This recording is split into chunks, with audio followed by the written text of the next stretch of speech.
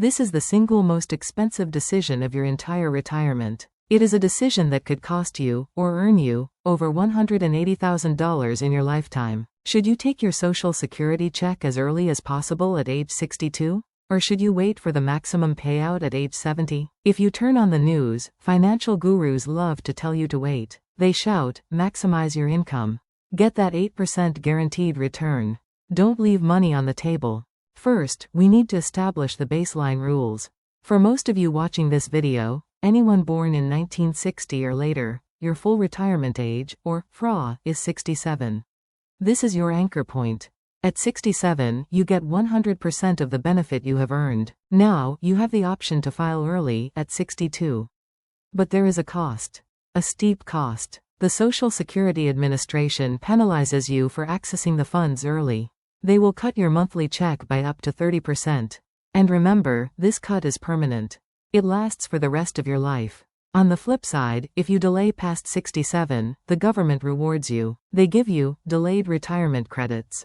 Your benefit grows by 8% for every single year you wait, up to age 70. That means at age 70, you receive 124% of your baseline benefit. So, on the surface, the math looks simple. Why would anyone accept 70% when they could have 124%? Why would anyone take a pay cut? Well, to answer that, we need to meet John. Let's look at a real-world case study. This is John. Let's assume based on John's work history, his standard benefit at age 67 is exactly $2,000 a month. Now, John has two choices. In scenario A, John is tired of working. He wants cash flow now. So he files at 62. Because of the 30% penalty, his $2,000 check shrinks to $1,400 a month. In scenario B, John decides to wait. He lives off his savings and delays claiming until 70. His benefit grows by 24%, boosting his check to $2,480 a month. Look at the difference. That is a gap of $1,080 every single month. Over a year, that is nearly $13,000 extra income for the rest of his life. Most financial advisors stop here.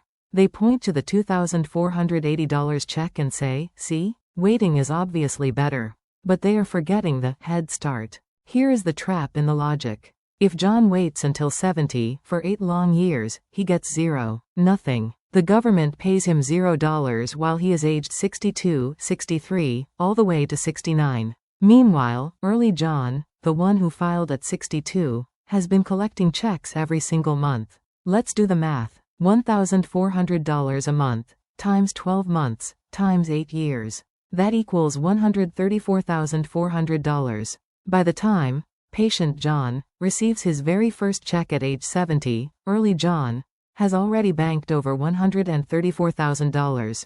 This is the mountain of cash. So, when patient John finally starts getting that bigger check at age 70, he isn't winning. He is actually starting the race $134,000 behind. He has to catch up.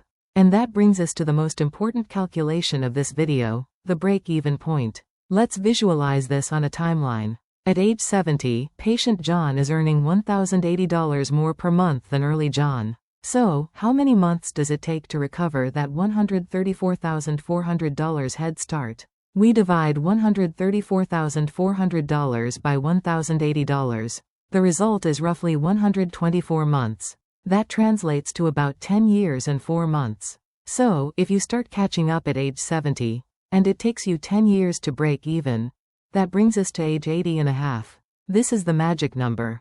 80 and a half. Here is the reality of the situation. If John claims at 62 and dies at age 75, he wins. He got more total money from the government than if he had waited. If he dies at 79, he still wins. Only, and I repeat, only if John lives past 80 and a half does the wait until 70 inches strategy start to make a profit. So the question you have to ask yourself is not, do I want a bigger check? The question is, am I confident I will live well past 80? But wait, we are not done. There is an advanced variable that almost everyone ignores. It's called opportunity cost. The calculation we just did assumes early John takes his money and puts it under a mattress.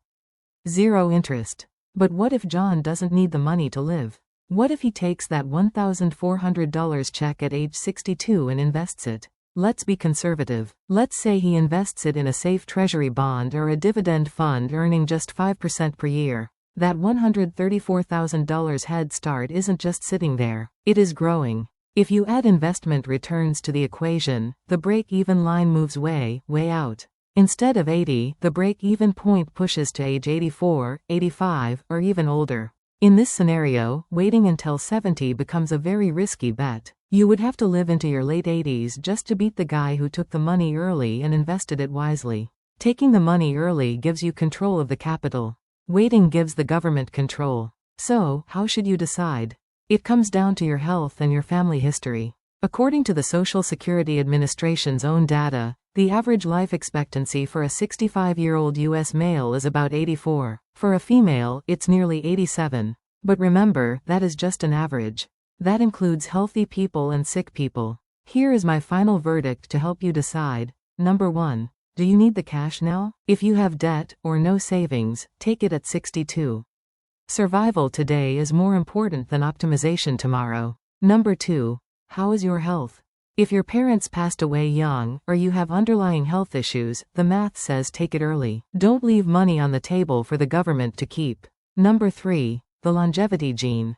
If you are in perfect health, and your family routinely lives into their 90s, then waiting until 70 is the best insurance policy you can buy. It guarantees you a huge check when you are 95 years old and likely need expensive care. The math doesn't lie, but it also doesn't know your future. Run your own numbers, look at your own health, and place your bet wisely. If you found this breakdown helpful, please subscribe and turn on notifications. I post deep dives into retirement numbers every single week. Thanks for watching, and I'll see you in the next video.